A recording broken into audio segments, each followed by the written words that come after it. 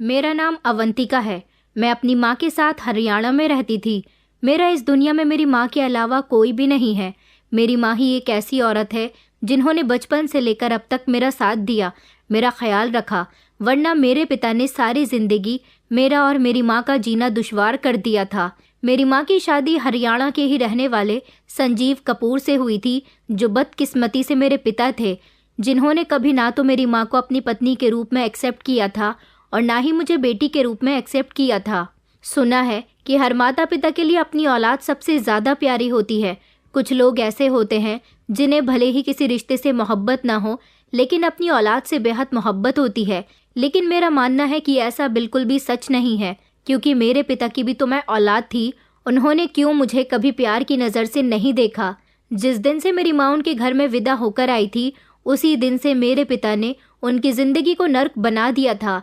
मेरी माँ 3 भाइयों की इकलौती बहन थी, बहुत सुंदर थी। उनसे गलती हो गई कि वो झारखंड से हरियाणा में नौकरी करने के लिए आई थी। उन्हें नौकरी करने का बहुत शौक था। उनके घर वालों ने उन्हें नौकरी करने की परमिशन नहीं दी, तो वो अपने घर से भाग गईं अपना सपना पूरा करने के लिए। लेकिन यहाँ आने के बाद उनके परिवार वालों ने उनसे सारे संबंध ख़त्म कर दिए, क्योंकि वो तो भले ही नौकरी करने के लिए हरियाणा आई थी, मगर उनके पूरे गांव में उनके परिवार की बहुत बेइज्जती हुई। लोग ये नहीं जानते थे कि मेरी माँ नौकरी करने के लिए हरियाणा चली आई है। लोग ये समझ रहे थे कि वो किसी लड़के के साथ गांव छोड़कर भाग गई है। कुछ समय के बाद जब मेरी माँ को नौकरी मिल गई और उन्होंने पैसा कमाना शुरू कर दिया, तो वो कुछ पैसे जमा करने के बाद अपने गांव वापस चली गई। उन्होंने जब वो पैसे अपने भाइयों को दिखाए, तो वहाँ सिवाय बेइज्जती के उन्हें कुछ भी नहीं मिला था, क्योंकि लड़की जब माता पिता की मर्जी के बिना घर छोड़कर चली जाती है, तब उनके पीछे उन पर क्या बीतती है, ये तो वही लोग बता सकते हैं। मेरी माँ नादान थी। उन्हें नहीं पता था कि उनकी नादानी उन पर इतनी भारी पड़ जाएगी। उनके गांव से उन्हें निकाल दिया गया था। मेरे नाना जी मेरी माँ से बहुत नाराज़ थे। उनका कहना था कि हमने सबसे बड़ी गलती तो तब की थी जब हमने तुम्हारी ख्वाहिश पूरी करने की खातिर तुम्हें शहर पढ़ने के लिए भेजा था। हम इस बात के सख्त खिलाफ हैं कि तुम शहर जाकर नौकरी करो, मगर तुमने हमारी एक न सुनी और हमारी इज्जत को रौंदते हुए घर से भाग गई। मेरी माँ ने रोते हुए बताया और उन सब से माफ़ी मांगी कि मैंने कुछ नहीं किया, आप लोग गलत समझ रहे हो। मेरा किसी लड़के के साथ कोई संबंध नहीं है।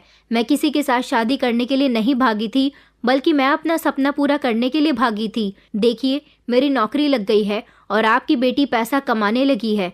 नाना जी ने कहा कि अच्छा, हमने तुम्हारी बात पर यकीन कर लिया, लेकिन इस बात का क्या यकीन कि तुम गांव के लोगों को दिला सकती हो जो हमारे दिन रात बेइज्जती कर रहे हैं। ये बात सुनकर मेरी माँ खामोश हो गई थी। इस सब में कहीं ना कहीं कसूरवार मेरी माँ के परिवार वाले थे, जो एक ऐसे गांव से बिलोंग करते थे जहां बेटियों को शिक्षा दिलवाना तो दूर, उन्हें घर से बाहर निकलने की परमिशन भी नहीं होती थी। फिर भी मेरे नाना जी गांव की सारी रस्मों रिवाज के खिलाफ जाकर मेरी माँ को शहर ले जाकर उनकी एजुकेशन कंप्लीट करवा चुके थे। गांव वाले इस बात पर भी काफ़ी भड़कते थे और नाना जी को सावधान करते थे कि एक न एक दिन तुम्हारी बेटी तुम्हारी नाक ज़रूर कटवाएगी। नाना जी को लगा कि गांव के लोग जैसा उनसे हमेशा कहा करते थे, उनकी बेटी ने वो सब कुछ कर दिखाया और ये सब अब उनसे बर्दाश्त नहीं हो रहा था। इसीलिए उन्होंने अपनी बेटी को वापस वहीं जाने के लिए कहा जहाँ से अब वो आ रही थी। लेकिन मेरी माँ अपने परिवार वालों की सहमति के साथ यहाँ से जाना चाहती थी और वापस अपने परिवार वालों से कांटेक्ट रखना चाहती थी। लेकिन उनके परिवार वालों ने साफ साफ कह दिया कि हम तुमसे कोई संबंध नहीं रखना चाहते, तुम मर भी जाओ तो यहाँ वापस मत आना। मेरी माँ खामोशी से हरियाणा वापस आ गई थी।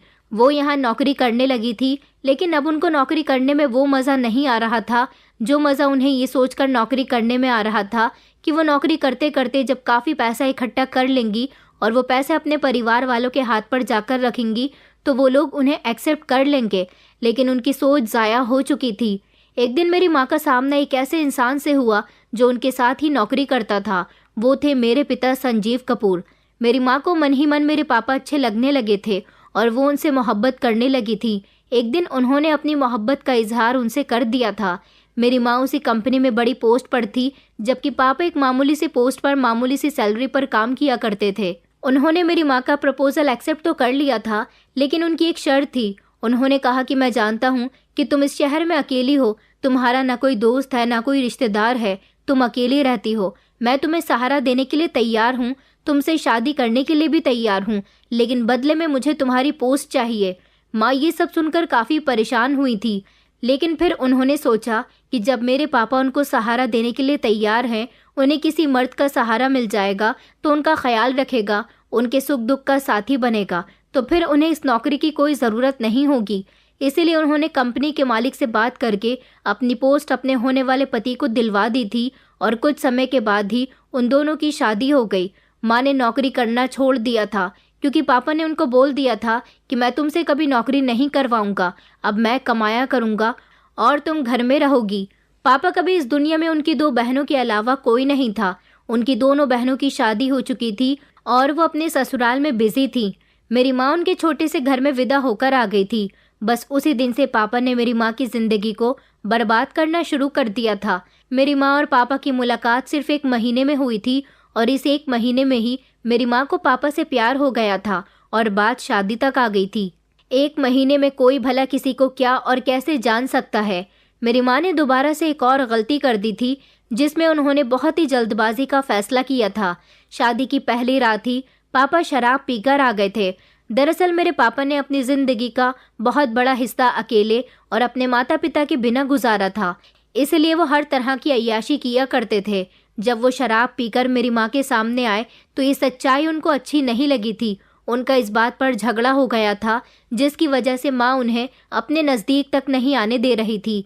पापा शराब के नशे में धुत थे और अपनी नई नवेली दुल्हन के साथ उन्होंने शादी की पहली रात ही मारपीट शुरू कर दी थी और उनके साथ ज़बरदस्ती भी की।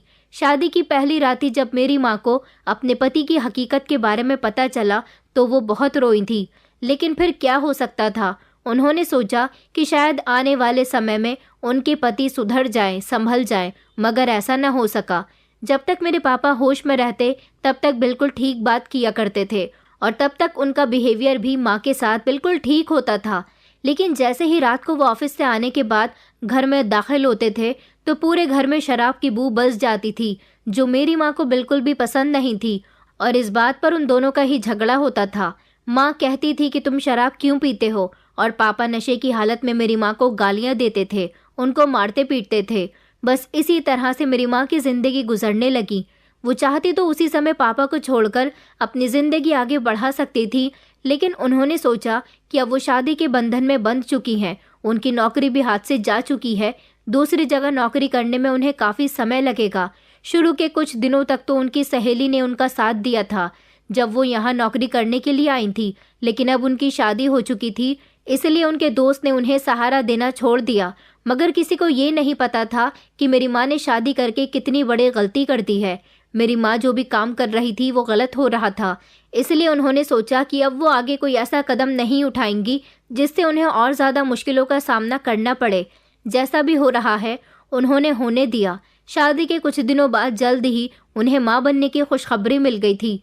ये खबर जब पापा को मिली तो उन्होंने माँ पर हाथ उठाना तब भी बंद नहीं किया था, लेकिन माँ अपना बचाव खुद ही किया करती थी, क्योंकि वो चाहती थी कि उनके पेट में जो बच्चा पल रहा है वो जन्म ले और उनका सहारा बने, उनका साथी बने। लेकिन तब तक उन्हें बहुत सारी मुश्किलों का सामना करना था। जैसे जैसे समय गुजरता गया मेरी माँ की डिलीवरी का टाइम आ गया और फिर उन्होंने जिस बेटी को जन्म दिया था वो मैं थी। पापा ने अभी भी शराब पीना नहीं छोड़ा था।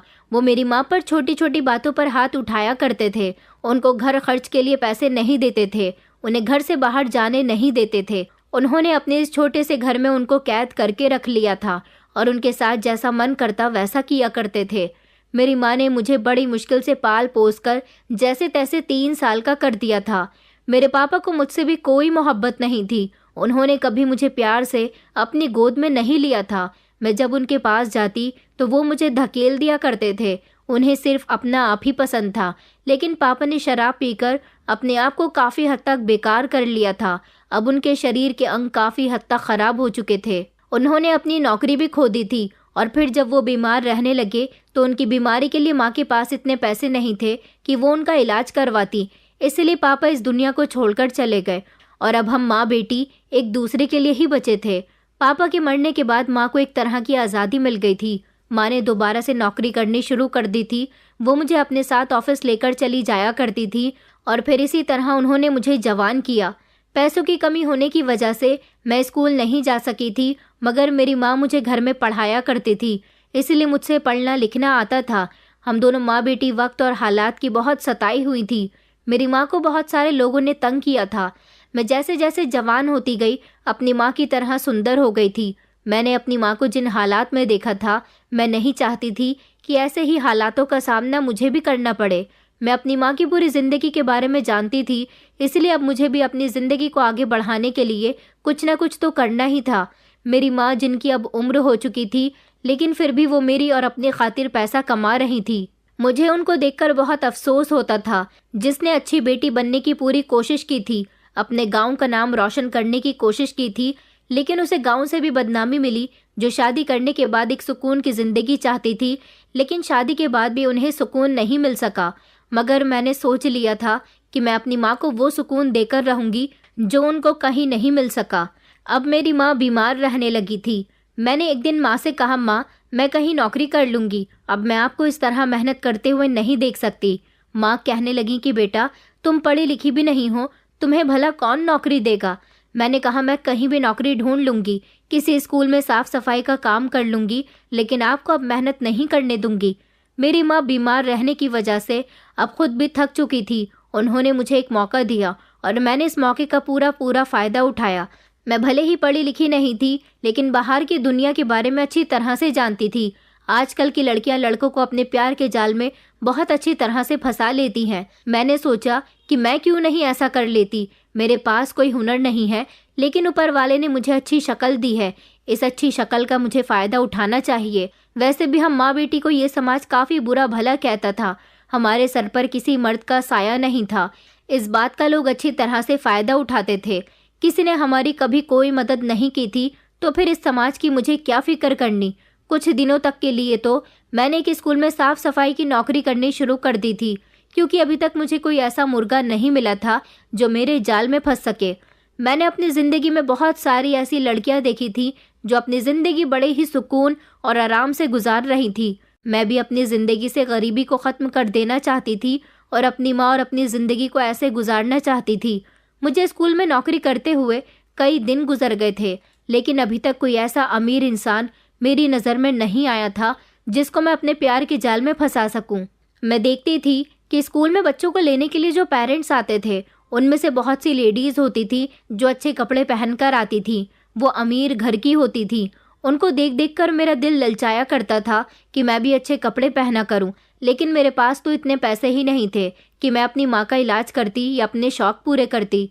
फिर मैंने सोचा कि शायद मेरी खूबसूरती मेरे इन मेले कुचेले और फटे पुराने कपड़ों में दबकर रह गई है। मुझे अपनी इस खूबसूरती को उभारना होगा, अपना गेटअप चेंज करना होगा, तभी तो लोग मुझे देखेंगे और मेरे पीछे आएंगे। मैंने ऐसा ही किया।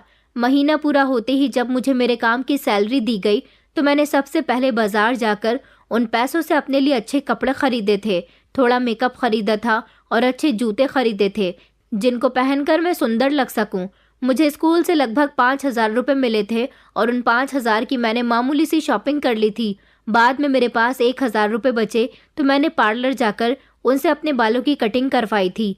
मैं खामोशी से सारा सामान लेकर घर के अंदर दाखिल हुई और कमरा बंद करके ख़रीदा हुआ सारा सामान पहनकर अच्छी तरह से तैयार हो गई। मैंने खुद को आईने में देखा तो मैं खुद को पहचान नहीं पा रही थी। मैं इतनी सुंदर लग रही थी कि मुझे पक्का यकीन था कि कोई ना कोई लड़का मुझ पर ज़रूर फिदा हो जाएगा। मैं तैयार होकर जब अपनी माँ के सामने आई तो मेरी माँ की आंखें फटी की फटी रह गई थी। वो कहने लगी कि तुमने अपनी क्या हालत बनाई हुई है और ये सारा सामान तुम्हारे पास कहाँ से आया। मैंने अपनी माँ के कंधों पर हाथ रखते हुए कहा कि माँ, मैं अच्छी लग रही हूँ ना। माँ कहने लगी, लेकिन बेटा, आज तो तुम्हें पैसे मिलने वाले थे, क्या तुमने ये कपड़े और जूते उन्हीं पैसों से खरीदे हैं? और तुमने अपने बालों की ये क्या हालत बनाई हुई है? तुमने अपने इतने सुंदर बाल इतने छोटे क्यों करवा लिए? मैंने कहा, माँ, ये सब मैंने सुंदर दिखने के लिए किया है। मेरी माँ मेरी बात को समझ नहीं पाई थी। मैंने उनको बताया कि आखिर इस समाज ने हमें दिया ही क्या है। आप नौकरी करती हो तो ये पूरा मोहल्ला आपको बुरा भला कहता है, लोग आपको गलत समझते हैं, साथ ही साथ आपकी बेटी को भी गलत समझते हैं। जब दुनिया हमें गलत समझती ही है तो फिर अब हम गलत तरीके से ही पैसा कमाएंगे। माँ मेरी तरफ चौंक कर देखने लगी, कहने लगी, तुम क्या कह रही हो? तुम्हारा क्या मतलब है? मैंने कहा, माँ, बस अब बहुत हो गया। मैं अब कुछ ऐसा करना चाहती हूँ जिससे हम लोग आराम और सुकून की ज़िंदगी गुजार सकें। माँ कहने लगी कि बेटा, मेरी कुछ समझ नहीं आ रहा, तुम क्या कह रही हो। मैंने माँ को बिस्तर पर बैठाया और कहा कि बस अब आप देखो कि आपकी बेटी कैसे आपके दिन बदलती है। मेरी माँ अब ज़्यादातर घर में ही रहने लगी थी। मेरे पास एक मल्टीमीडिया मोबाइल था जो मुझे माँ ने दिया था जब वो नौकरी पर जाती थी। अब ये मोबाइल मेरे काम आने वाला था। मैंने मोहल्ले के 2-3 लड़कों पर अपनी नज़र रखनी शुरू की, उनको पटाया और उनको अपना मोबाइल नंबर दे दिया था और अब मैं उनके साथ टाइम पास करने के लिए बातें करने लगी थी।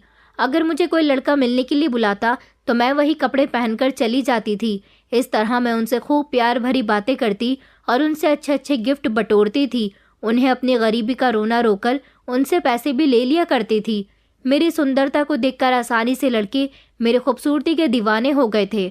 मुझ पर अब हमारे मोहल्ले के ही नहीं बल्कि मैं जहाँ भी जाती लड़के मुझे नज़र उठा उठा कर देखते थे और मैं आसानी से उनको अपने प्यार के जाल में फंसा लिया करती थी। अभी तक तो मुझे कोई ऐसा अमीर लड़का नहीं मिला था जिससे मेरे हाथ में एक ही बार में ढेर सारे पैसे आ जाएं और जो अमीर होने के साथ साथ बेवकूफ़ भी हो। और फिर कुछ समय के बाद फाइनली मेरी ये तलाश भी ख़त्म हो गई थी। मैंने अब स्कूल में साफ़ सफाई का काम छोड़कर पार्लर में नौकरी करनी शुरू कर दी थी, क्योंकि मैं थोड़ा बहुत पार्लर का काम जानती थी। इसलिए कम बजट वाले पार्लर में मुझे नौकरी मिल गई थी। पार्लर से निकलते समय एक दिन मेरी मुलाकात विहान नाम के एक लड़के से हुई जो पार्लर आते जाते मुझे देखता रहता था। लेकिन उस दिन वो मेरे लिए अपनी बड़ी गाड़ी लेकर आया था। उसने मुझे लिफ्ट देने की कोशिश की। कहने लगा, मैं काफ़ी दिनों से आपको यहाँ आते जाते देख रहा हूँ, आप मुझे अच्छी लगने लगी हो, क्या आप मेरे साथ कॉफ़ी पीने के लिए चल सकती हो। मैंने एक ही बार में न इधर देखा न उधर और फ़ौरन ही उसके इस ऑफ़र को एक्सेप्ट कर लिया, क्योंकि मुझे ऐसे लड़के की तो ना जाने कब से तलाश थी। मैं उसके साथ कॉफ़ी पीने के लिए कैफ़े में चली गई थी।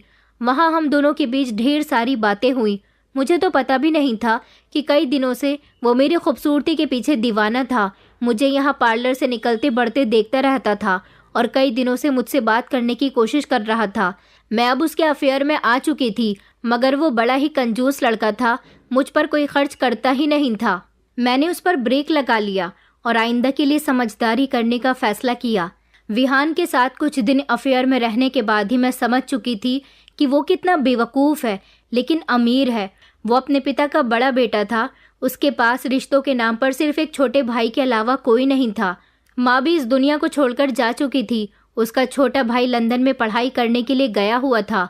कुछ दिनों के बाद उसके पिता का भी देहांत हो गया, तो वो मेरे और ज़्यादा क्लोज आने लगा था, क्योंकि वो मुझसे सच्ची मोहब्बत करने लगा था और मुझे इतनी कीमती कीमती तोहफे दिया करता था कि मेरी आंखें फैल जाया करती थी। वो मुझसे मोहब्बत की खातिर अब मेरी हर ख्वाहिश पूरी कर रहा था, क्योंकि अब वो अपने बड़े से बंगले में अकेला रह चुका था। मैं उससे कोई मोहब्बत नहीं करती थी, मुझे तो सिर्फ उसकी जायदाद चाहिए थी। ये काम मेरे लिए बहुत आसान हो चुका था। उसे अपनी मोहब्बत में अच्छी तरह से गिरफ्तार करके मैं उसकी सारी जायदाद हथिया सकती थी। मैंने धीरे धीरे विहान को शीशे में उतारना शुरू कर दिया था और विहान भी मेरी मोहब्बत के जाल में फंसने लगा था। मेरा सबसे पहला मकसद तो एक अच्छे एरिया में बड़ा सा घर था। इसके लिए भी मैंने एक अच्छी प्लानिंग कर रखी थी। मैंने अपनी माँ को इस बारे में सब कुछ बता दिया था कि मैं क्या चाहती हूँ और क्या कर रही हूँ। मेरी माँ मेरी बातें सुनने के बाद मेरे साथ शामिल हो गई थी, क्योंकि मेरी माँ भी तो अपनी ज़िंदगी में सुकून चाहती थी। इसलिए वो खुशी खुशी वही सब करने लगी जो मैं कहती गई। मैंने अपनी एक दोस्त की मदद से एक सरकारी अस्पताल में अपनी माँ को भर्ती करवा दिया और 1 हफ्ते तक विहान से नहीं मिली और ना ही उसका फ़ोन उठाया और ना ही पार्लर गई। विहान तो इस 1 हफ्ते में पागल ही हो गया था और सिर्फ एक ही हफ्ते में उसने 100-200 चक्कर मेरे घर के लगा लिए थे, जहाँ पर उसे लगातार ताला नजर आया था। विहान को समझ नहीं आ रहा था कि वो किस तरह मेरा पता लगाए। उसने मेरे पड़ोसियों से पूछा तो उन्होंने उसे अस्पताल के बारे में बता दिया था। ये सुनकर विहान के ही होश उड़ गए थे। वो गाड़ी भगाता हुआ वहाँ से निकल आया था, क्योंकि जिस जगह हमारा घर था वो बहुत गंदी सी बस्ती थी, जहाँ पर जगह जगह कूड़ा करकट पड़ा रहता था। ये सब देखकर विहान को उल्टी आने लगी थी, लेकिन मुझ तक पहुँचने के लिए उसने सब कुछ बर्दाश्त किया और नर्स के बताए हुए रास्ते से वो उस वार्ड तक आ गया जहाँ मेरी माँ एडमिट थी। मुझे भी उसके आने का पता चल गया था, इसलिए मैंने एक्टिंग करनी शुरू कर दी थी और अपनी आंखों में आंसू उतार लिए थे। वार्ड की हालत इतनी ख़राब थी कि विहान से 1 मिनट भी वहाँ खड़ा नहीं हुआ गया और वो मुझे बाहर आने का कहकर भागता हुआ अस्पताल के बाहर जाकर अपनी गाड़ी में बैठ गया था। वो कभी ऐसी मेली जगहों पर नहीं जाता था, इसलिए उसका दिल खराब हो रहा था।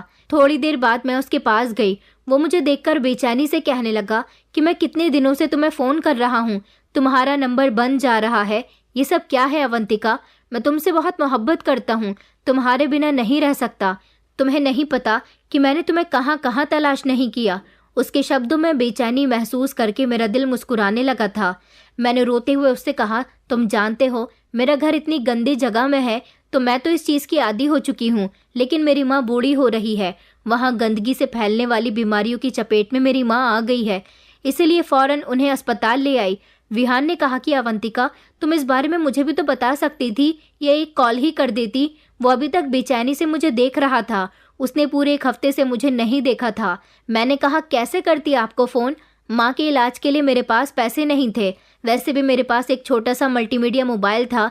जल्दबाजी में माँ को अस्पताल जाने के लिए घर से निकली तो वो मेरे हाथ से छूटकर गिर गया। अब उसे ठीक करवाने के लिए मेरे पास पैसे नहीं हैं और वैसे भी मैं तुम्हें परेशान नहीं करना चाहती थी। हम जैसों की ज़िंदगी से तुम जैसे अमीर लोगों को दूर ही रखना पड़ता है, वरना हमारे इलाके की गंदगी तुम जैसे लोगों की भी तबीयत खराब कर सकती है। तुम देखो, 1 मिनट भी तुम वहाँ नहीं खड़े हो पाए और हम लोग 1 हफ्ते से यहाँ सरकारी अस्पताल में हैं। यहाँ भी साफ सफाई की कोई देखरेख नहीं है और यहाँ से जाने के बाद भी फिर वही घर, वही गंदगी और फिर उससे फैलने वाली बीमारियाँ। मैं जितनी अच्छी एक्टिंग कर रही थी उस हिसाब से विहान को यही लग रहा था कि मैं बहुत तकलीफ में हूँ। मेरी बात पर उसने कहा कि तुम्हें और आंटी को क्या ही ज़रूरत है उस घर में रहने की। और फिर वही हुआ जो मैं चाहती थी। विहान ने हमें एक घर लेकर दे दिया जो छोटा तो ज़रूर था लेकिन बेहद सुंदर था और अच्छे एरिया में था। मैंने बहुत मना भी किया था ताकि वो मुझे लालची न समझे और इस तरह बिना कुछ किए ही हमें एक अच्छे इलाके में घर मिल गया था। मेरा और मेरी माँ की खुशी का तो कोई ठिकाना ही नहीं था। हमारे सपनों का घर हमें मिल चुका था, लेकिन अभी भी मुझे बहुत कुछ चाहिए था और मैं धीरे धीरे विहान से अपनी ख्वाहिशें पूरी करने के तरीके ढूंढ चुकी थी। घर के बाद मेरा अगला मकसद बड़ी सी गाड़ी लेने का था। मैं ज़्यादातर ऑटो से ही आना जाना करती थी, जिस पर मेरे काफ़ी सारे पैसे खर्च होते थे और मुझे अब पार्लर में जॉब भी नहीं करनी थी। इसके लिए भी मैंने एक प्लान बनाया। अब की बार मैं खुद बीमार हो गई और ये खबर माँ ने खुद फ़ोन करके विहान को बता दी कि बेटा जल्दी से घर आ जाओ, अवंतिका की तबीयत ठीक नहीं है। विहान दौड़ा दौड़ा मेरे घर तक पहुंचा था। मैंने उसे बताया कि पार्लर में अचानक मेरी तबीयत खराब हो गई। तुम्हें नहीं पता, मैं बड़ी मुश्किल से यहाँ तक पहुँची हूँ। मेरे पास अपनी सवारी होती तो शायद मैं जल्दी घर पहुँच जाती। विहान कहने लगा कि तुमने मुझे फ़ोन क्यों नहीं किया। फिर मैंने उसे दोबारा से याद दिलाया कि मेरे पास मोबाइल नहीं है। वो बेहद अफसोसमंद हुआ था। उसने मुझे अपनी ही एक गाड़ी गिफ्ट कर दी और एक बढ़िया सा महंगा स्मार्टफोन भी खरीद कर दिया और अब वो पूरी तरह से मेरी और मेरी माँ की जिम्मेदारियाँ उठा रहा था। विहान ने मेरी जॉब भी छुड़वा दी थी। उसने कहा था कि अब मैं तुम्हारा और आंटी का ख्याल रखूंगा, तुम्हें नौकरी करने की कोई ज़रूरत नहीं है। और फिर वही हुआ, हमेशा की तरह जो मैं चाहती थी। अब मैं और माँ उसके सुंदर से घर में अपनी एक अच्छी ज़िंदगी गुजार रहे थे। हम दोनों को पैसा कमाने की भी कोई ज़रूरत नहीं थी। घर बैठे हमें सब कुछ मिल रहा था। मैं और माँ इतना खुश थे कि जिसकी हद नहीं थी। अब मैं अपने सारे सपने विहान के थ्रू पूरे कर चुकी थी और धीरे धीरे मैं अलग अलग बहानों से उससे बहुत सारी कीमती चीज़ें वसूल कर चुकी थी। जब से वो मेरी ज़िंदगी में आया था, मुझे इधर उधर के लड़कों से बात करने की फुर्सत ही नहीं थी। मैंने अपना पुराना नंबर बंद कर दिया था और उन लड़कों से अपना पीछा छुड़ा लिया था और अब मेरा एरिया भी बदल चुका था। अभी इतना ही नहीं, मैं अपना बैंक बैलेंस भी विहान के थ्रू बढ़ाने लगी थी। वो अपने पिता के मरने के बाद उनका बिजनेस संभाल रहा था और करोड़ों कमाया करता था। उस हिसाब से मैं उससे जितने पैसे मांगती वो फ़ौरन ही मेरे अकाउंट में ट्रांसफ़र कर दिया करता था। इस तरह मेरे अकाउंट में लाखों रुपए आ गए थे। माँ के पास भी सोने चांदी के जेवर इकट्ठे हो चुके थे। ये ज़िंदगी मेरी माँ को भी बहुत अच्छी लग रही थी और वो मेरे इस काम पर गर्व महसूस कर रही थी। उन्होंने मुझसे कहा कि बेटा, मुझे तुम पर गर्व होता है। अगर मैंने पहले ये तरीका आजमाया होता तो मैं पहले वो सब कुछ बर्दाश्त न करती जिसने मुझे बेहद तकलीफ़ दी है। विहान अब मेरे साथ शादी करना चाहता था, लेकिन मैं शादी की बात पर उसे टाल दिया करती थी और उसे लूट रही थी। जब मुझे उड़ते उड़ते ये खबर मिली कि विहान का छोटा भाई अब इंडिया आने वाला है और अपने भाई से सारा हिसाब किताब करना चाहता है, उसे मेरे और विहान के अफेयर के बारे में भी पता चल गया। मैं काफ़ी समय से विहान के साथ थी तो इतना तो जान ही चुकी थी कि विहान का भाई उससे छोटा है, लेकिन विहान से ज़्यादा चालाक और समझदार है। उससे बचकर रहने में ही मेरी बेहतरी है। तो मैंने फैसला किया कि मैं अब तक विहान से जितना लूट चुकी हूँ उतना ही काफ़ी है और ये सब लेकर शहर से फरार हो जाऊँ। विहान के आने से पहले पहले ही मैं उसका दिया हुआ घर, गाड़ी और कुछ फ्लैट्स जो उसने मुझे गिफ्ट किए थे और मेरे नाम कर दिए थे, वो सब भी मैं बेचकर बिना विहान को बताए अपनी माँ को लेकर शहर छोड़ चुकी थी। पीछे मुझे पागलों की तरह प्यार करने वाले विहान का क्या होगा ये मैं नहीं जानना चाहती थी, क्योंकि मुझे विहान से बिल्कुल भी मोहब्बत नहीं थी। मुझे जिस चीज़ से मोहब्बत थी मैं उसे विहान से ले चुकी थी। इस तरह मैं अपना रास्ता पकड़कर अपनी माँ को लेकर चली गई। दूसरे शहर जाकर मैंने अच्छा सा घर और गाड़ी दोबारा ली। यहाँ आकर मैंने एक नए लड़के को फंसा लिया, क्योंकि अब मुझे सिर्फ चाले चलना और लोगों को लूटना आता था। इसके अलावा मैं कोई दूसरा काम तो नहीं कर सकती थी। वो लड़का मेरे घर के पास ही रहता था और काफ़ी अमीर था, लेकिन वो यहाँ का नहीं था, वो विदेश का रहने वाला था। यहाँ उसका अपना घर था। जब वो इंडिया आया करता था तो वो यहाँ अपने घर में ठहर जाया करता था, लेकिन उसकी फैमिली विदेश में ही रहती थी। उसका बिजनेस भी यहाँ पर था। वो ज़्यादातर यहाँ अपने बिजनेस के सिलसिले में ही आया करता था। मैंने उसके बारे में सारी जानकारी निकाली थी। मैंने अंदाज़ा लगा लिया था कि जब उसका यहाँ इतना बड़ा बिजनेस है तो विदेश में कितना बड़ा बिजनेस होगा। मैंने जल्द से जल्द अपना और अपनी माँ का वीज़ा तैयार करवाया और मैं उस लड़के के पीछे पीछे लंदन जा पहुँची। अभी मुझे पैसों की कोई तंगी नहीं हो रही थी। इस बार मैंने शादी करने के बारे में भी सोचा था। मैंने सोचा कि अगर मैं इस लड़के के साथ शादी कर लूँ तो मुझे लंदन की नेशनैलिटी मिल जाएगी, बल्कि पैसों में भी मुनाफा हो जाएगा। मैंने उस लड़के लकी के पीछे लगना शुरू कर दिया था। मैं जब उससे इस तरह से टकराई कि मैं बहुत ही मासूम और नादान हूँ, जैसे उसे जानते ही नहीं हूँ। पहली बार के ही टकराने पर वो मुझे देखता का देखता रह गया था और मेरे खूबसूरती का दीवाना हो गया था। मैं थी ही इतनी खूबसूरत कि किसी की भी मुझ पर नज़र ठहर जाती थी। शायद उस बेवकूफ़ ने अपनी ज़िंदगी में मुझ जैसी सुंदर लड़की कहीं नहीं देखी थी। इसके बाद हम दोनों की नज़दीकियाँ बढ़ने लगी और फिर धीरे धीरे बात मोहब्बत तक जा पहुँची। उसने मुझे बताया कि यहाँ उसके दादा का अपना बिजनेस है और वो इंडिया भी जाता है। मैंने उसे बताया कि मैं भी इंडिया से हूँ। ये बात सुनकर वो बहुत खुश हुआ था और इस तरह हम दोनों एक दूसरे की मोहब्बत में डूबते चले गए। मैं नहीं, सिर्फ वही, क्योंकि मैं तो मोहब्बत में डूबने की सिर्फ एक्टिंग कर रही थी और ऊपर से मैं शब्दों की रानी थी, तो कैसे लकी मुझसे इम्प्रेस नहीं होता। वो लड़का जिसकी ज़िंदगी में अभी तक कोई लड़की शामिल नहीं हुई थी, क्योंकि वो गुस्से का बहुत तेज़ था और ज़्यादातर अपने काम में ही इंटरेस्ट लेता था, वो मुझ जैसी सुंदर लड़की को अचानक से अहमियत देने लगा और मेरे आगे पीछे घूमने लगा। फिर कुछ समय गुजरने के बाद आखिरकार एक दिन लकी ने मुझे प्रपोज ही कर दिया था। लंदन जैसे खूबसूरत शहर में आखिरकार मुझे इतना अच्छा प्रपोजल मिला था, मैं उसे अपने हाथ से कैसे जाने दे सकती थी।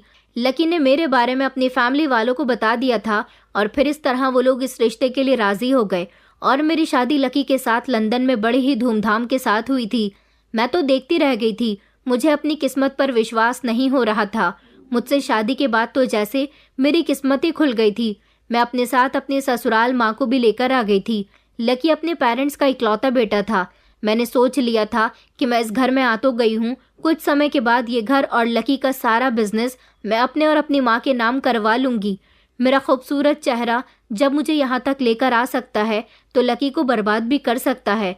सबसे पहले तो मुझे अपने सास ससुर को घर से निकलवाना था, क्योंकि फाइनेंशियली लकी के पेरेंट्स सब कुछ अपने बेटे के नाम जीते जी ही कर चुके थे, क्योंकि वो अपने बेटे से बहुत प्यार करते थे।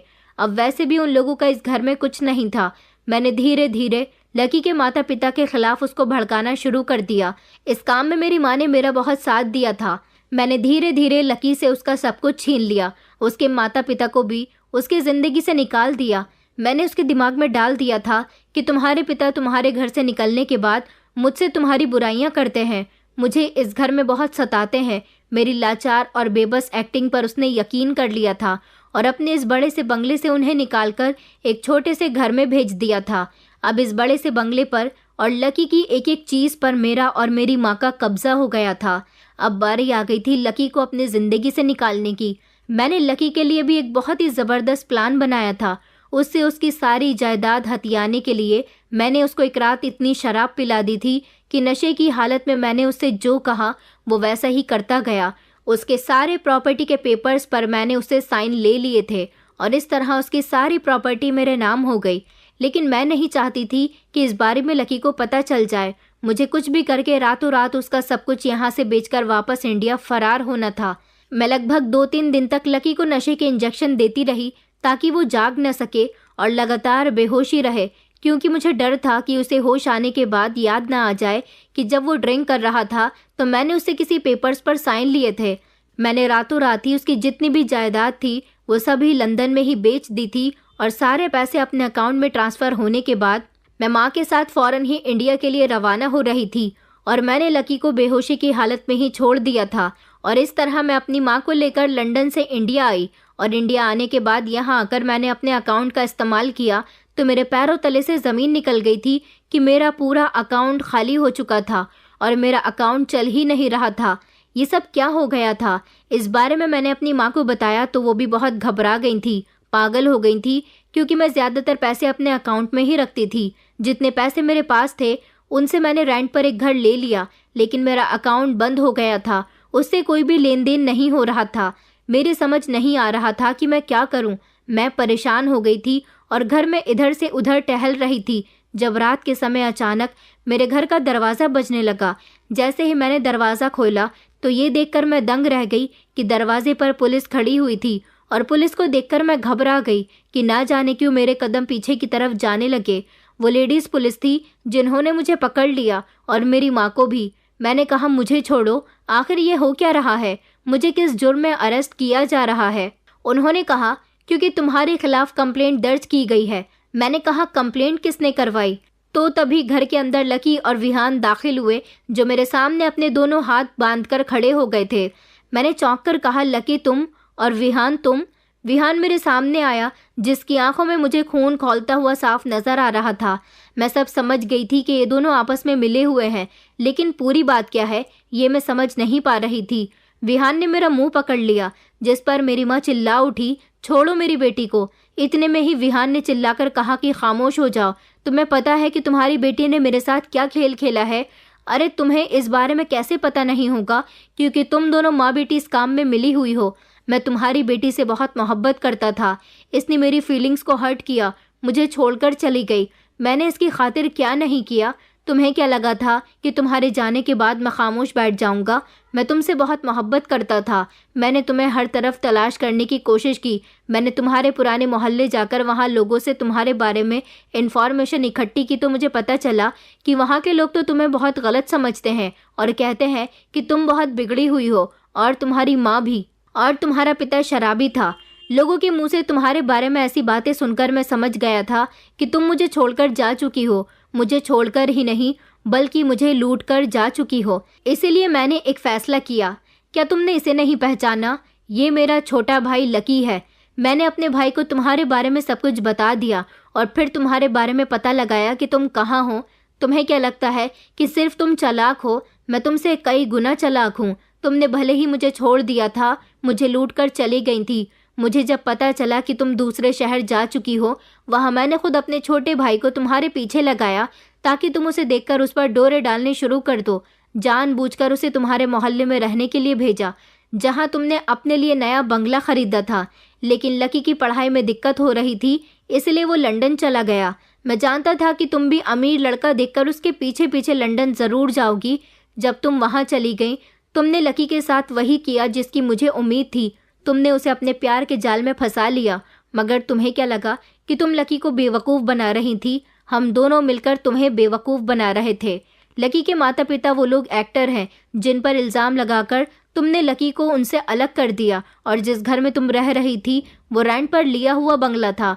और हाँ, वहाँ पर मैं भी मौजूद था। इतने बड़े बंगले में तुम्हें पता ही नहीं चला कि मैं वहाँ पर हूँ। तुम्हारी और तुम्हारी माँ की हरकतों पर नज़र रख रहा हूँ। मैंने पुलिस को तुम्हारे बारे में सब कुछ बता दिया था।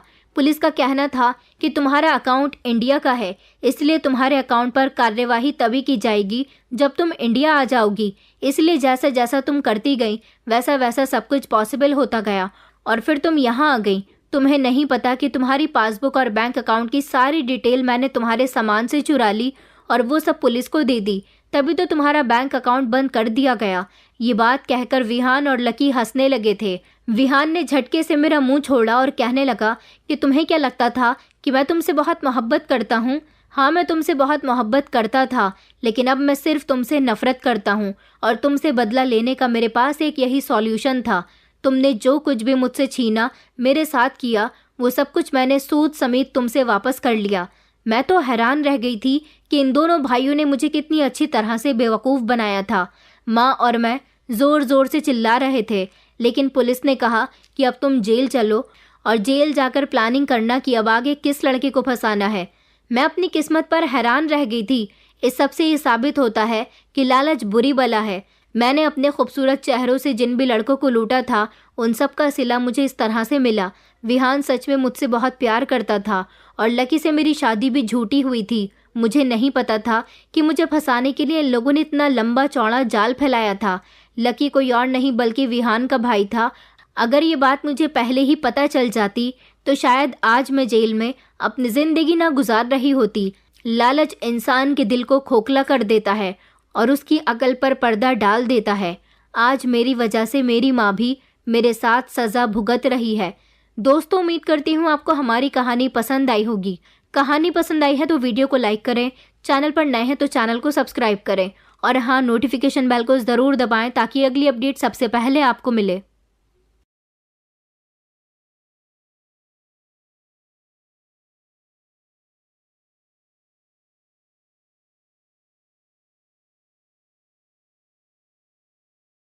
मेरा नाम साक्षी है।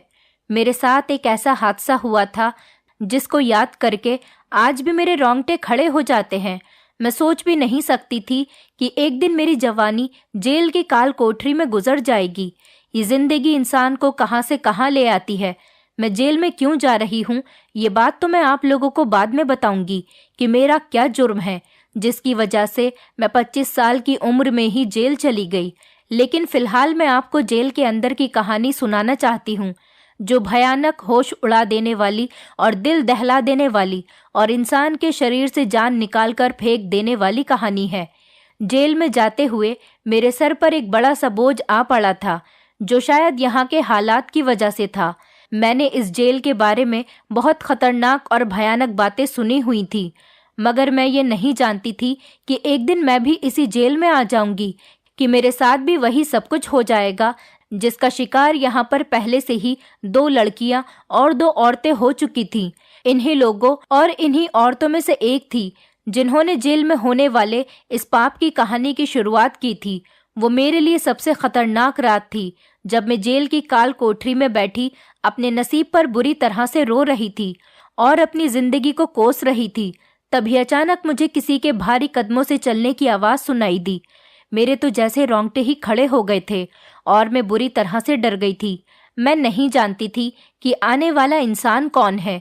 अंदर आने वाले इंसान के कदमों की आवाज़ इतनी ज़्यादा भारी थी कि जैसे हर कदम मेरे दिल पर पड़ रहा था। मैंने अपनी आंखें बंद कर ली। तभी वहां से चलकर आने वाला इंसान सलाखों के पीछे आकर खड़ा हुआ और अपना सर वहां पर रखकर कहने लगा, ए लड़की, जल्दी से बाहर आ जाओ, तुम्हारा बाहर निकलने का टाइम आ गया है। उस आदमी की आवाज़ इतनी खतरनाक और भयानक थी जिसे सुनकर मैं उठकर खड़ी हुई थी।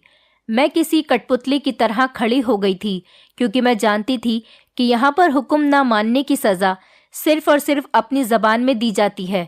इन लोगों ने अगर मुझे मारना पीटना शुरू कर दिया तो मैं कहाँ जाऊँगी, और यहाँ बचाने वाला तो मुझे कोई भी नहीं है। मैं तो इतनी ताकतवर भी नहीं थी, और फिर वैसे भी मैं एक बेटी की माँ थी। मेरी शादी को अभी 2 साल ही हुए थे और मेरी बेटी 1 साल की थी। एक औरत में इतनी हिम्मत कहाँ से होती है कि जेल के लोगों और उनके सितम का मुकाबला कर सके। मैं परेशान हो गई थी। मैंने सोचा कि यहाँ जो मुझसे पूछा जाएगा मैं सच सच बता दूंगी। मैं किसी से भी किसी तरह की कोई बहस नहीं करूंगी। मैं अपनी सफाई पेश नहीं करूंगी। मैं उठकर खड़ी हो गई थी। मैंने सामने मौजूद आदमी को देखा तो उसके सर के बाल उड़े हुए थे। वो देखने में तो बहुत खतरनाक लग रहा था। उसकी आंखें भी अजीब सी थीं और उसके हाथों पर बड़े बड़े टैटू बने हुए थे। उसका चेहरा इतना डरावना था कि मुझे देखकर अंदाजा हो रहा था कि वो आदमी जेल के स्टाफ का नहीं है। बल्कि वो तो कहीं बाहर से आया कोई नशेड़ी या फिर गुंडा है। मैं तो उसे देखती ही रह गई थी। एक लम्हे के लिए मेरे दिल में ये भी ख्याल आया कि ये तो मुझे कोई और आदमी मालूम होता है, क्योंकि जेल के स्टाफ का कोई भी आदमी ऐसे कपड़ों में नहीं आता। वैसे भी ये औरतों की जेल थी। इस जेल में तो सिर्फ लेडीज इंस्पेक्टर थी। एक मर्द का यहाँ पर क्या काम हो सकता है? मैंने देखा जेल का सेल अंदर से भी बंद था और बाहर से भी, मगर वो आदमी मुझे उकसा रहा था कि तुम बाहर आ जाओ। मैंने एक बार फिर से उसकी तरफ देखा तो वो चिल्लाकर कहने लगा, क्या तुम्हें आवाज नहीं आती? क्या तुम बहरी हो? मैं तुमसे कितनी बार कह चुका हूँ कि बाहर आ जाओ। तुम्हें मेरी कोई बात समझ नहीं आ रही है? चलो जल्दी से बाहर आ जाओ, आज तुम्हारी बारी है। मैंने धीमी सी आवाज में कहा, किस चीज की बारी है? मैंने बड़ी हिम्मत करके उससे सवाल किया था। वो तो मुझे गुस्से से घूरने लगा और कहने लगा, तुम बाहर आ रही हो या फिर मैं तुम्हारा बंदोबस्त करूं? मैंने भी फिर से हिम्मत करके उससे कहा, क्या मतलब है तुम्हारा? क्या बंदोबस्त करोगे तुम मेरा? मेरे अंदर अचानक ही हिम्मत आ गई थी कि जब जेल में आ गई हूं, जब मेरे नसीब में लोगों की मार खाना ही लिखा है और मैंने सारी जिंदगी दुखों को ही बर्दाश्त करना है, तो फिर मैं अपनी इज्जत के लिए, अपने सम्मान के लिए क्यों ना आवाज उठाऊं? मैंने उस आदमी से ये सवाल किया तो वो गुस्से से कांपने लगा और कहने लगा, तुझे शर्म नहीं आती? मेरे साथ बदतमीजी करती है और साथ ही साथ बहस भी कर रही है। रुक, मैं अभी तेरा इलाज करता हूँ। ये कहकर वो अपने भारी कदम उठाता हुआ वहां से चला गया। मेरा दिल बुरी तरह से कांप रहा था। ये आदमी तो जेल का लग ही नहीं रहा था, फिर मुझे क्यों बाहर आने पर उकसा रहा था?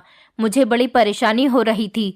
थोड़ी देर के बाद उस आदमी के कदमों की आवाज दोबारा मेरे कानों में आने लगी तो मेरा शरीर बुरी तरह से कांपने लगा था। मुझे अफसोस हो रहा था कि मैंने इस आदमी से बदतमीजी क्यों की। वो मुझे कहाँ लेकर जाएगा? मैं दिल में सोचने लगी और मेरी आंखों में आंसू भी आ गए थे। डर की वजह से मुझे बुरी तरह से पसीना भी आ रहा था और मेरा रोना खत्म ही नहीं हो रहा था कि तभी उस आदमी ने मेरे सेल के बराबर वाले सेल का दरवाजा खोला। मेरी जान तो आज बड़ी मुश्किल में आ गई थी। मैंने देखा वो दूसरे सेल में मौजूद औरत को बाहर आने के लिए कह रहा था। उसके पास तो सेल की चाबी भी थी, जबकि इससे पहले वो मेरे पास आया था। वो औरत बिल्कुल मेरे बराबर वाले सेल में मौजूद थी। मैंने भगवान जी को थैंक यू बोला कि अच्छा हुआ मेरी जान बच गई। वो औरत बुरी तरह से रो रही थी और कह रही थी, भगवान के लिए मुझे छोड़ दो, मेरे छोटे छोटे बच्चे हैं, प्लीज मेरे साथ ऐसा मत करो, मैं बर्बाद हो जाऊंगी। मेरा इस दुनिया में कोई नहीं है। मैंने तो ऐसा कोई आरोप भी नहीं किया जिसकी सजा मुझे इतनी भयानक दी जाएगी। मैंने देखा वो औरत चिल्ला रही थी, मगर लेडी इंस्पेक्टर उसे बुरी तरह से घसीट कर बाहर ला रही थी।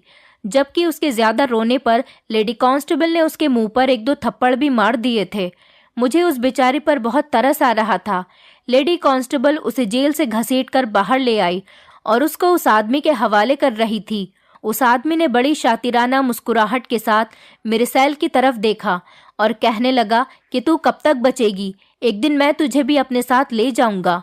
उसके बाद उसने लेडी कांस्टेबल की तरफ देखते हुए कहा कि इसका फायदा भी हमें बेहिसाब होगा। ये जवान है और खूबसूरत है और बड़ी हिम्मत वाली लगती है। उस खतरनाक आदमी की बात सुनकर मुझे उस पर घिन आने लगी थी और अपने आप पर भी रोना आ रहा था कि अब मेरा क्या होगा। अगर इसने मुझे कोई सजा दे दी तो मैं जिंदगी भर भूल नहीं पाऊंगी। बड़ी मुश्किल से मैं इस काल कोठरी की मुसीबत को बर्दाश्त कर पा रही थी और अब मेरी जान को एक और मुसीबत आने वाली थी। फिलहाल इस औरत के जाने के बाद मैं उसके लिए प्रार्थना करने लगी, मगर इंसान कब तक एक चीज से बच सकता है? जो उसके भाग्य में लिखा हुआ हो वो एक न एक दिन उसके सामने आकर ही रहता है। लेकिन उसके बाद जो रात आई और उसमें जो हादसा हुआ वो मेरे लिए किसी कयामत से कम नहीं था। उस आदमी ने आकर मेरे सेल के बाहर चिल्लाना शुरू कर दिया। वो मुझे बाहर बुला रहा था और मैं डरी सहमी अपने सेल में चुपचाप बड़ी खामोशी से बैठी रही। जब मैंने कोई जवाब नहीं दिया तो उसने चाबी घुमाकर ताले को खोल दिया। मैं तो घबरा गई थी और मेरे पैरों तले से जमीन निकल गई थी। मेरा दिल जोर जोर से धड़क रहा था। आंखों से आंसू भी निकलने लगे थे, क्योंकि मुझे पहले ही उस आदमी से बहुत डर लग रहा था और वो अपने साथ लेडी इंस्पेक्टर को भी मेरे सामने लेकर आ गया था। लेडी इंस्पेक्टर मेरे सामने आ गई। उन्होंने मेरे बाजू से मुझे पकड़ लिया और घसीटना शुरू कर दिया। कहने लगी, जाओ, आज रात के लिए तुम्हारी बारी है। लेडी इंस्पेक्टर के कहने पर मैंने उनसे पूछा कि मुझे इस खतरनाक आदमी के साथ क्यों जाना है। मैंने कहा, प्लीज मुझे इसके साथ मत भेजो, लेकिन उन्होंने मेरी एक न सुनी और मेरी किसी बात का कोई जवाब भी नहीं दिया। और वो कहने लगी कि यहाँ पर सिर्फ हमारी मर्जी चलती है, हमसे तुम दुश्मनी पालोगी तो तुम्हारे लिए जिंदगी नरक बना देंगे। इसीलिए तुम्हारा फायदा इसी में है कि तुम खामोशी से हमारी बात मानती रहो। इस बात में कोई शक नहीं था कि वो औरतें ऐसा भी कर सकती थीं, मगर मेरे लिए जिंदगी पहले ही काफी मुश्किल थी। मैंने भगवान से प्रार्थना करना शुरू कर दिया कि हे भगवान, मेरी इज्जत बचा लेना, क्योंकि एक औरत के पास इज्जत से बढ़कर ऐसी कोई चीज नहीं होती। इसके लिए वो जान देने पर भी उतर आती है, और मेरे लिए भी सबसे बढ़कर मेरी इज्जत ही थी। मैं रोती हुई उस आदमी के साथ बाहर जाने लगी। बाहर गैलरी में आकर मेरी नज़र एक घोड़े पर पड़ी, जिसे देखते ही मेरी जान निकल गई थी। मैं घोड़े से पहले ही बहुत ज़्यादा डरती थी, लेकिन आज ये घोड़ा मेरी आंखों के सामने था और वो आदमी उसे खुद भी हाँकने लगा और मुझे भी घसीटकर चिल्लाने लगा। एक तो मेरे दिमाग पर उस घोड़े का डर बुरी तरह से छाया हुआ था, और दूसरा इस आदमी के अजीब से हुलिये को, जिसे देखकर किसी को भी आसानी से डर महसूस होने लगे। ये आदमी देखने में बहुत खतरनाक था। ऐसा लगता था जैसे पहले भी वो काफ़ी सारे खून कर चुका है। फिलहाल मैं उसके साथ चलने लगी, क्योंकि ऐसा करना मेरी बहुत बड़ी मजबूरी थी। उन्होंने मुझे बहुत डरा धमकाकर उसके साथ भेज दिया था, और जो पुलिस हमारे साथ आई थी वो लोग जेल की 15 मिनट की दूरी से ही हमसे अलग हो गए थे। जेल के रास्तों के बारे में भी मुझे जानकारी हो चुकी थी। अब हम लोग जिस जगह जा रहे थे इसके बारे में मुझे कुछ नहीं पता था, क्योंकि मैं आज से पहले किसी ऐसी जगह पर नहीं गई थी। इस जेल में मुझे मेरी आंखों पर पट्टी बांधकर लाया गया था, मगर रात के इस अंधेरे में जब मैं जेल से निकली तो जेल की एक एक दीवार, एक एक कोना मुझे अच्छे से याद हो चुका था। वो मेरे दिलो दिमाग पर नक्शा बनकर छा चुका था। मेरे दिमाग में हर चीज़ छाई हुई थी। मैं हर चीज़ को देखकर पहली बार में ही उसको याद कर लिया करती थी। मैं दिल ही दिल में खुश भी होने लगी कि कल को अगर मुझे यहाँ से भागना पड़े तो मेरे लिए बहुत आसान हो जाएगा, क्योंकि सेल के पास से एक रास्ता गुजर रहा था जिससे ये आदमी मुझे लेकर आया था, और अब वो रास्ता मुझे याद हो चुका था। उस रास्ते की पहचान एक ऐसी पहचान थी कि जिसे साफ पता चलता था कि ये खुफिया रास्ता है, और इस रास्ते से ये लोग किसी को गुजरने भी नहीं देते। जब तक किसी को गुजरने नहीं दिया जाता, जब तक किसी की मजबूरी न हो। जब हम लोग जेल से बाहर निकले तो उस आदमी ने मेरी तरफ गौर से देखा और वो कहने लगा, सुनो लड़की, तुम्हें रास्ते में शोर करने की ज़रूरत नहीं है। तुम जितना मर्जी शोर मचा लो, क्योंकि तुम हो तो जेल में रहने वाली आरोपी औरत, और तुम्हें यहाँ बचाने के लिए कोई भी नहीं आएगा। मेरे पास तुम्हारे खिलाफ बहुत सारे सबूत हैं जिससे मैं ये साबित कर सकता हूँ तुम एक मुजरिम औरत हो। इसलिए अगर तुम खुद को बचाने की कोशिश करोगी तो तुम बुरी तरह से फंस जाओगी। इसलिए तुम्हारे लिए बेहतर यही होगा जो तुमसे कहा जाए तुम वही करना। शायद हो सकता है तुम्हारी जान बच भी जाए, लेकिन अगर तुम मेरे साथ चालाकी करने की कोशिश करोगी तो फिर तुम जेल की सलाखों के पीछे से कभी भी नहीं निकल पाओगी। इसीलिए तुम्हारा फायदा खामोश रहने में ही है।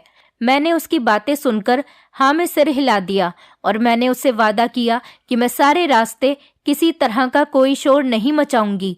हम लोग पैदल ही चल रहे थे। वो घोड़ा भी हमारे साथ था, जिसे देखकर पहले तो मुझे बहुत डर लग रहा था, लेकिन अब वो भी मुझे बहुत ज़्यादा बुरा नहीं लग रहा था। चलते चलते वो आदमी एक घर के आगे रुक गया था। ये घर तो नहीं बल्कि एक बड़ा सा बंगला लग रहा था।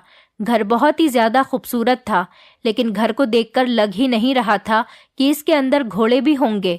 मगर ये आदमी तो जानवरों में दिलचस्पी रखने वाला लगता था। बंगले के अंदर जाते ही इसने घोड़े को आवाज़ लगाना शुरू कर दिया। घर के आखिर में एक छोटा सा कमरा बना हुआ था, जो कि किसी स्टोर रूम के जैसा लग रहा था। अंदर से कमरा काफ़ी बड़ा था। कमरे के अंदर ज़मीन पर बिस्तर लगा हुआ था और चारों तरफ घरेलू इस्तेमाल करने का सामान था, और साथ में एक खूंटी भी लगी हुई थी। मैंने उस कमरे को थोड़ी अजीब नज़र से देखा था, और देखती भी क्यों नहीं, कमरा कच्चा था, जबकि बाकी पूरा घर तो बहुत खूबसूरत बना हुआ था। घर में कई जगह पर तो डेकोरेशन भी की हुई थी, लेकिन इस कमरे को देखकर लगता था कि जैसे इसमें कोई इंसान रहता ही नहीं। इस कमरे में जो बिस्तर लगा हुआ था, मैं वहां पर जाकर बैठ गई थी। जैसे ही कमरे का दरवाजा खुला, वो खतरनाक आदमी मेरे सामने आकर खड़ा हो गया था। उसके चेहरे पर बड़ी अजीब सी मुस्कुराहट थी। वो मुझसे कहने लगा, देखो लड़की, मैं तुम्हें यहाँ पर बेवजह नहीं लेकर आया हूँ और तुम्हें मेरा एक काम करना होगा। अगर तुम मेरा काम करने में कामयाब हो गई तो मैं तुम्हें जेल से रिहा कर दूंगा और तुम्हें इतने ज्यादा पैसे दूंगा कि सारी जिंदगी तुम आराम से बैठकर खाओगी और मौज करोगी। ये देख रही हो ना, ये आलीशान बंगला और मेरे पास जितनी भी गाड़ियां हैं वो सब मेरी अपनी मेहनत की कमाई की वजह से हैं। ये सारा रुपया पैसा मेरे अकेले का ही है। इस सब का मालिक मैं हूँ। मैं तुम्हारे लिए जिंदगी आसान बना दूंगा, लेकिन तुम्हें मेरा एक काम करना होगा। और हाँ, किसी बात पर भी अगर तुमने जिद की तो मेरा पारा हाई हो जाता है और मैं फिर ऐसी औरत को बर्बाद करके रख देता हूँ।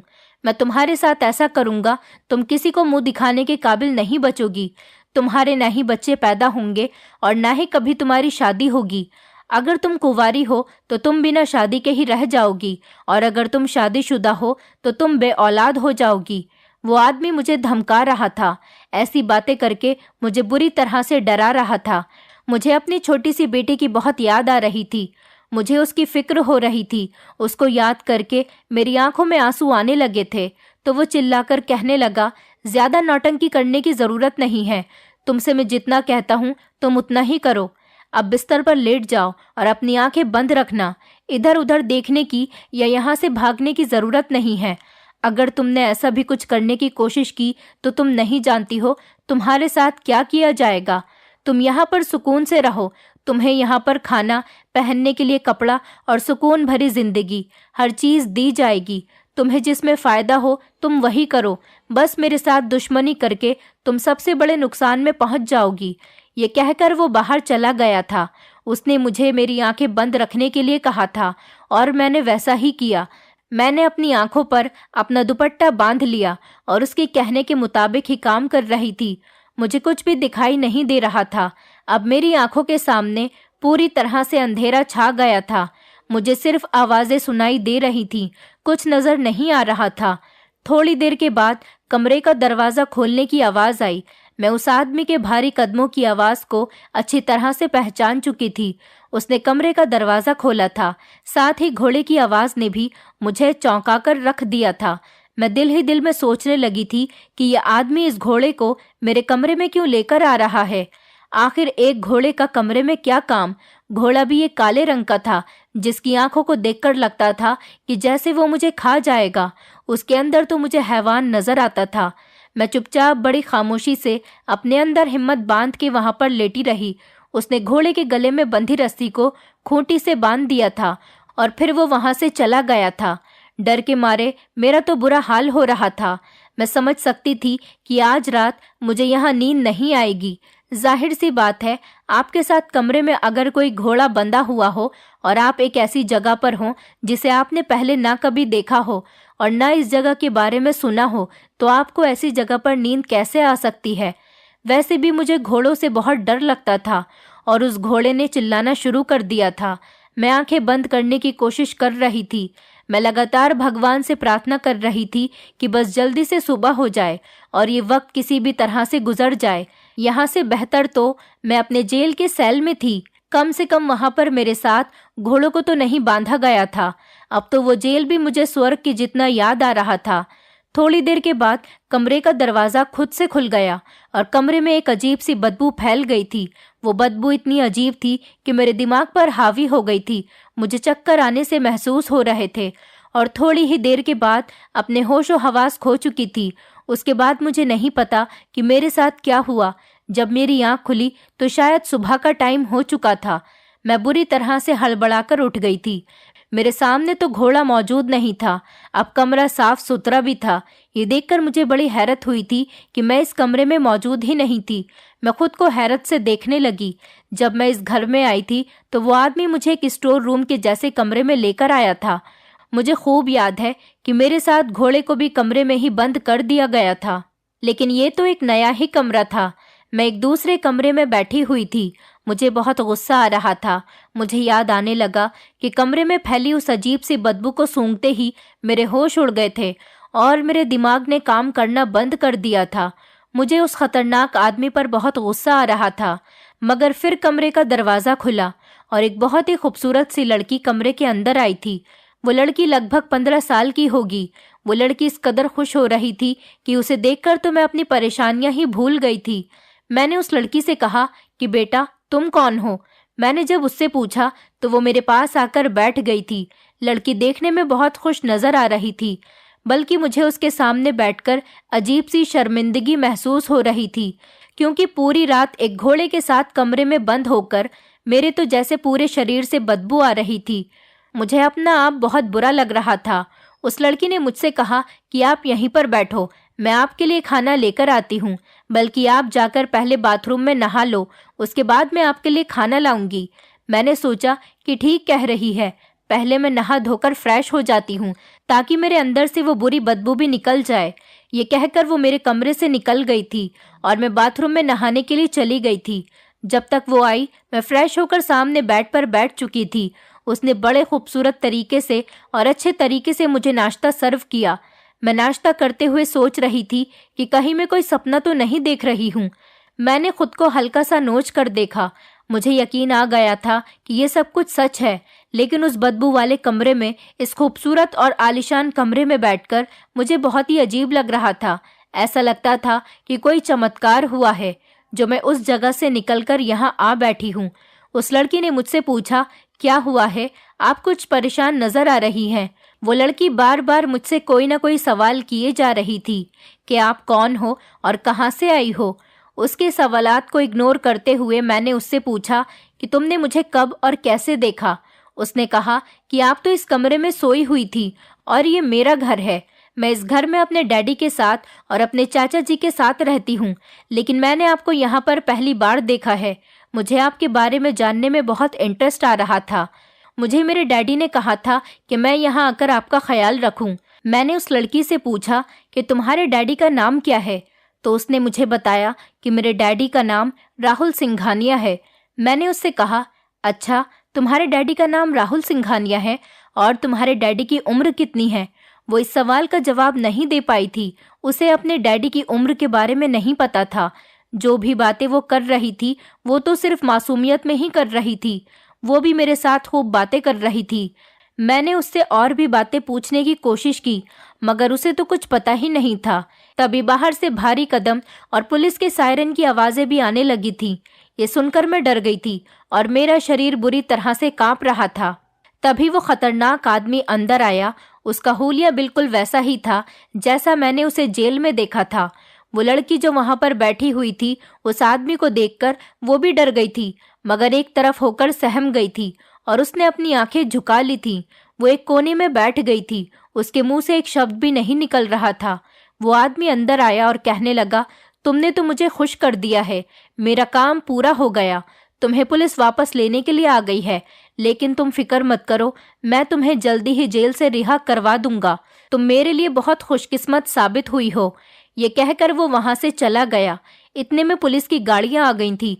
वो 2 लेडी पुलिस कांस्टेबल मुझे अरेस्ट करने के लिए अंदर तक आ गई थी। मुझे बहुत बुरा लग रहा था। उस आदमी ने तो कहा था कि तुम दोबारा जेल में नहीं जाओगी। तुम मेरी बात मान लो, इस घोड़े को अपने कमरे में रख लो और तुम खुद भी यहीं पर सो जाओ। तुम्हारी हर डिमांड पूरी होगी। और अब तो पुलिस मुझे अरेस्ट करने के लिए आ गई थी। ये आदमी तो कुछ भी नहीं कर सकता था।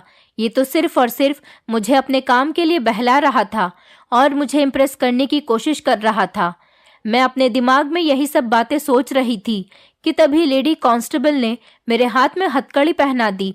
मुझे दोबारा से पुलिस की गाड़ी में बैठा दिया गया था। मैं वहां बैठी तो कांस्टेबल नीतू ने मेरी तरफ मुड़कर देखा और वो कहने लगी, तुम्हें क्या हो गया था कि तुम जेल से फरार हो गई थी? ये सुनकर तो मैं हैरान हो गई थी। वो कहने लगी, तुम्हें तुम्हारे जुर्म की सजा जरूर मिलेगी। उसने मुझे सख्ती से कहा था। वो तो ऐसे रिएक्ट कर रही थी जैसे उसे कुछ पता ही नहीं था। ये सुनकर तो मैं बड़ी हैरान होकर उसे देखने लगी थी। वो मेरी तरफ देखकर कहने लगी, तुम मुझे ऐसे क्या देख रही हो? यही सोच रही होगी ना कि तुम्हें जेल से निकालने वाली भी तो लेडी कांस्टेबल अर्चना ही थी, तो वो भी अरेस्ट हो चुकी है। उसे नौकरी से भी निकाल दिया गया है। अब तुम्हारी खैर नहीं। जो कुछ तुमने किया है तुम्हें उसकी सजा भी तो भुगतनी होगी, और अपने जुर्म की भी। गाड़ी चल रही थी और रास्ते में यही बातें हो रही थी। बातें करते करते हम लोग वापस जेल तक आ गए थे, मगर लेडी कांस्टेबल वहीं की वहीं खड़ी हुई थी। मैं हैरान थी कि लेडी कांस्टेबल अर्चना को तो अरेस्ट होना था, मगर वो तो वहीं की वहीं खड़ी थी। मैंने लेडी कांस्टेबल नीतू की तरफ मुड़कर देखा तो उनके चेहरे पर कोई एक्सप्रेशन नहीं थे। वो तो ये देखकर खुद हैरान थी कि उस लेडी कांस्टेबल अर्चना को अरेस्ट क्यों नहीं किया गया, जबकि लेडी कांस्टेबल नीतू के मुताबिक वो तो बहुत बड़े जुर्म का हिस्सा बन गई थी, क्योंकि उसने रात के टाइम पर एक कैदी औरत को जेल से भगाया था और किसी और आदमी के हवाले कर दिया था। अब उसे जेल में थोड़ी सी सजा तो काटनी ही पड़ेगी, और दूसरा ये कि वो अपनी नौकरी से भी निकल जानी चाहिए। मगर लेडी कांस्टेबल अर्चना के चेहरे पर कोई भी परेशानी या उदासी नहीं थी, बल्कि वो तो नॉर्मल सी नजर आ रही थी। ना ही वो अपनी नौकरी से निकली थी और ना ही उन्हें अरेस्ट कर लिया गया था। मैं हैरत से उसे देख रही थी। लेडी कांस्टेबल अर्चना को देखकर मुझे भी एक तसल्ली मिल रही थी कि अब मेरे साथ भी अच्छाई का ही बिहेवियर किया जाएगा, क्योंकि मेरा साथ देने वाली औरत अरेस्ट नहीं हुई, उन्हें कोई सजा भी नहीं मिली, तो मुझे क्यों मिलेगी। इसी तसल्ली के साथ वापस मैं अपने सेल में चली गई थी, जहां पर अब मुझे अपने खुशकिस्मती का इंतजार था। जब मैं अपनी देवरानी को जान से मारने के जुर्म में जेल की इस काल कोठरी में लाई गई थी, मैंने तो कभी ऐसा करने के बारे में सोचा ही नहीं था। मगर गुस्सा इंसान को किस कदर बहका देता है कि उसे खुद भी समझ नहीं आता, और मेरे साथ भी कुछ ऐसा ही हुआ था। मेरी देवरानी तो बच गई थी, वो ये दुनिया छोड़कर नहीं गई थी, पर मेरी जिंदगी बर्बाद हो गई थी। अब मैं सोच रही थी कि क्या पता जिंदगी भर में यहाँ से बाहर निकल पाऊंगी भी या नहीं, कि तभी अचानक एक भारी कदमों की आवाज सुनाई दी। ये वही आदमी था जो मुझे पहली बार इस सेल से बाहर लेकर गया था। ये आदमी न जाने मुझसे क्या चाहता था, मेरी कुछ भी समझ में नहीं आ रहा था। आखिर इसने ऐसा क्यों किया। ये बड़ा ही डिफरेंट टाइप का आदमी था। उसके कदमों की आवाज़ सुनकर मुझे परेशानी नहीं हो रही थी और ना ही मुझे डर लग रहा था। अब तो मैं भी नॉर्मल सी हो गई थी, बल्कि मुझे खुशी हुई थी। जैसे ही वो मेरे सेल के करीब आया, मैंने उसकी तरफ देखा। मुझे अब उसको देखकर कोई परेशानी नहीं हो रही थी। वो तो बड़ी बड़ी आंखों वाला वही खतरनाक आदमी था जिसे मैंने देखा, और फिर मैं उसे पहचान गई थी। मैंने उससे सवाल किया कि क्या बात है, अब तुम यहाँ पर क्यों आए हो? याद है तुमने मुझसे एक वादा किया था, शायद तुम अपना वादा भूल गए हो। तुमने अपना वादा भी पूरा नहीं किया। लेकिन ये देखकर मैं हैरान रह गई थी कि वो खतरनाक आदमी आज इतना ज्यादा इमोशनल लग रहा था कि मेरी बात सुनते ही उसकी आंखों से आंसू निकलने लगे थे। उसे रोता हुआ देखकर तो मैं और भी ज्यादा हैरान रह गई थी कि वो आदमी तो कहीं से भी नहीं लगता था कि खुद को शर्मिंदा भी महसूस कर सकता है। वो रो रहा था और रोते रोते ही मुझसे कह रहा था, प्लीज बहन, मुझे माफ कर दो, मैं खुद बहुत मजबूर हूँ। उसकी आंखों से निकलते हुए आंसू देखकर मैं भी परेशान हो गई थी। मैंने पूछा, अरे क्या हुआ, आप रो क्यों रहे हो? मुझे बताओ क्या बात है। तो उसने जो बात कही थी वो बड़ी ही परेशान कर देने वाली थी। उन्होंने बताया, बहन, मेरी उम्र 50 साल है। लोगों ने मुझे बेवजह ही बदनाम किया हुआ है। पहले मेरी एक दुकान हुआ करती थी। मैं एक वैद्य हूँ।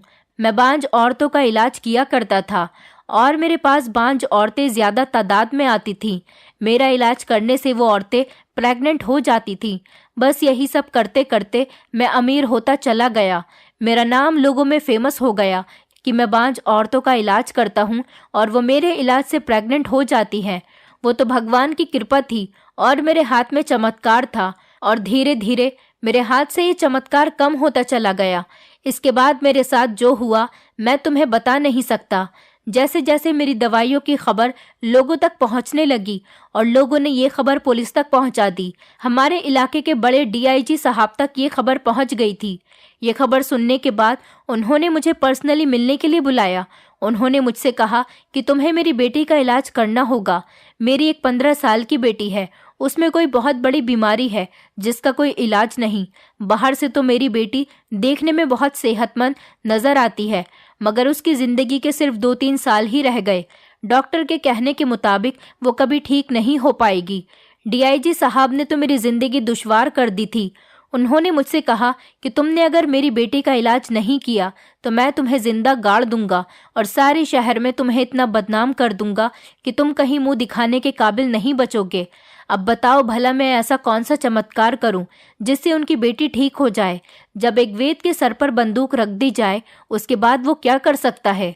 मैंने उनके सामने एक ऐसी शर्त रखी जो मेरी नज़र में उनके लिए पूरा करने काबिल ही नहीं थी और वो ऐसा कभी कर भी नहीं सकते थे। मैंने उनसे कहा कि मुझे एक ऐसी औरत चाहिए जिसने पहले से ही किसी का कत्ल किया हो और वो जेल में पड़ी हो। उसके बाद उन्होंने मुझे एक औरत लाकर दी, लेकिन मैं उसको देखकर समझ गया था कि उस औरत ने किसी का कत्ल नहीं किया। मैंने उस औरत को छोड़ दिया और डीआईजी साहब से कह दिया कि इस औरत के साथ आपकी बेटी का इलाज नहीं किया जा सकता। फिर उसके बाद उन्होंने मुझे तुम्हारे बारे में बताया और उन्होंने मुझे तुम्हें दिखाया, लेकिन तुम मुझे बहुत लाचार और मासूम लगती थी। मैंने तुम्हें आजमाया और सोचा कि इसी बहाने तुम्हारी भी मदद हो जाएगी। मैं डीआईजी साहब से कहूँगा कि वो तुम्हारी भी मदद करें और तुम्हें जेल से रिहा कर दें। इसलिए मैं तुम्हें उनके घर पर लेकर गया, मगर इंसान की किस्मत में हमेशा वो नहीं होता जिसके बारे में उसने सोचा होता है। तुम जानती हो मेरे साथ क्या हुआ। मैंने तो डीआईजी साहब को दिखाने के लिए घोड़े के ऊपर इलाज करने की कोशिश की। मैंने एक काले रंग के घोड़े को तुम्हारे साथ कमरे में बांध दिया था और तुम्हें वहां पर सोने के लिए कह दिया था। मैंने डीआईजी से कहा कि मैं यहाँ पर अपनी शक्तियाँ इस्तेमाल करूँगा, लेकिन मैं दूसरे कमरे में जाकर सो गया था। मैंने डीआईजी साहब को ये सब कुछ दिखाने के लिए किया था ताकि उनको ये यकीन हो जाए कि मैं उनकी बेटी को ठीक करने के लिए कोई ख़ास तरीके का तंत्र मंत्र कर रहा हूँ। बहन, मेरी तो कुछ भी समझ में नहीं आ रहा था कि मेरे साथ क्या हो रहा है। मैं कुछ भी करने के काबिल नहीं रहा था। मुझसे बहुत बड़ी गलती हो गई। जो मुझे शक्तियाँ मिली और मैंने उनका सही इस्तेमाल नहीं किया। अब लोगों को मेरी इस बात पर यकीन ही नहीं आता, बल्कि लोग तो ये समझते हैं कि मैं उनसे बहाने कर रहा हूँ। मेरी तो किस्मत फूट गई जो मेरे सर पर आन पड़ी है कि डीआईजी साहब की बेटी फिर से बीमार हो गई और अब शायद हम दोनों ही ना बच सके। ये कहकर वो वहाँ से चला गया। वो बहुत बुरी हालत में था और बुरी तरह से रो रहा था। मैं समझ गई थी कि पढ़े लिखे लोग भी कभी कभी कितने जाहिल बन जाते हैं। हम तो यहाँ पर सज़ा काटने आए हैं, जिनका कोई कसूर नहीं है सज़ा उनको भी दी जा रही है। उस दिन मुझे अपने जेल में होने पर सारा अफसोस ख़त्म हो गया था, क्योंकि जो लोग बाहर की दुनिया में रह रहे हैं वो भी किसी न किसी तरीके से कैद ही हैं। इस दुनिया में असल मतलब में तो कोई भी इंसान आज़ाद नहीं। हर इंसान किसी न किसी कैद में घिरा हुआ है। आरोपी ना होकर भी इंसान को किसी न किसी तरह की सज़ा काटनी पड़ती है। लेकिन मुझे उस आदमी पर बड़ा अफसोस हो रहा था कि उस बेचारे ने तो कुछ भी नहीं किया था। उसके बावजूद भी डीआईजी ने उसे घेर लिया था। कुछ दिनों बाद मुझे खबर मिली कि जो आदमी मुझे पकड़कर ले गया था उसने डीआईजी साहब की वजह से सुसाइड कर ली थी। लेकिन एक अच्छी बात ये थी कि सुसाइड करने से पहले उसने एक सुसाइड नोट लिखा था जो उसके हाथ से बरामद हुआ था। उस नोट में उसने सब कुछ लिख दिया था कि किस तरह से डीआईजी उसे उनकी बेटी का इलाज करने के लिए ब्लैकमेल किया करता था। मुझे उस आदमी की मौत पर बहुत अफसोस हुआ था। उस आदमी ने जितना मुझे अपने काम के लिए इस्तेमाल किया था इतना ही मेरा फ़ायदा भी किया था और उन्होंने अपना वादा भी पूरा करके दिखाया था। मरते दम तक उन्होंने अपने वादे को इस तरह से पूरा किया। उन्होंने अपने नोट के अंदर डीआईजी साहब के बारे में भी लिख दिया था और उसमें ये भी लिखा था कि मैं चाहता हूँ जिस जेल में रहने वाली लड़की को मैं इस्तेमाल करने के लिए बाहर निकाल कर लाया था उस लड़की की सज़ा को ख़त्म कर दिया जाए, क्योंकि वो लड़की बेकसूर है और उसकी सज़ा पूरी हो चुकी है। ये मेरी आखिरी ख्वाहिश है। अगर मैं ज़िंदा होता तो उस लड़की को जेल से रिहा करवा लेता, लेकिन मैं चाहता हूँ कि मेरे मरने के बाद जब लोगों को ये बात पता चले कि मैंने सुसाइड कर ली है तो लोग मेरी इस चाहत को पूरा कर दें। इस केस ने पूरे पुलिस सिस्टम को हिलाकर रख दिया था और डीआईजी साहब को बहुत जलील किया था। उनको उनके पद से हटा दिया गया था और तो और मुझे भी 1 महीना सज़ा काटने के बाद जेल से रिहा करवा दिया गया था। मैं उस आदमी की आज भी एहसानमंद रहूंगी जिसने मरने के बाद भी अपना वादा पूरा कर दिया। मैंने भी गुस्से में आकर अपनी देवरानी को मारने की कोशिश की थी, क्योंकि मेरी ससुराल में मेरी देवरानी के आने के बाद उसने मेरी नाक में दम कर दिया था। मैं जेल से रिहा होने के बाद अपनी ससुराल नहीं गई, बल्कि मैं पढ़ी लिखी थी, इसलिए मैंने नौकरी के लिए ट्राई किया। मुझे पता था कि मेरे ससुराल वाले मुझे एक्सेप्ट नहीं करेंगे, मेरा पति तो एक अच्छा आदमी है। मुझे यकीन है कि वो मेरी बेटी को बहुत खुश रखेगा और मेरी बेटी की परवरिश भी अच्छे तरीके से कर रहा होगा। मैं दोबारा अपनी ससुराल में जाकर उन लोगों के सामने जलील नहीं होना चाहती थी, इसीलिए मैंने अपनी जिंदगी को आगे बढ़ाया। अब मैं जॉब कर रही हूँ और कंपनी ने ही मुझे रहने के लिए एक फ्लैट भी दिया हुआ है। मेरी जिंदगी अच्छी गुजर रही है, लेकिन आज भी मुझे उस आदमी की मौत पर अफसोस होता है और अपनी बेटी की बहुत याद आती है। दोस्तों, उम्मीद करती हूँ आपको हमारी कहानी पसंद आई होगी। कहानी पसंद आई है तो वीडियो को लाइक करें, चैनल पर नए हैं तो चैनल को सब्सक्राइब करें और हाँ, नोटिफिकेशन बेल को ज़रूर दबाएं ताकि अगली अपडेट सबसे पहले आपको मिले।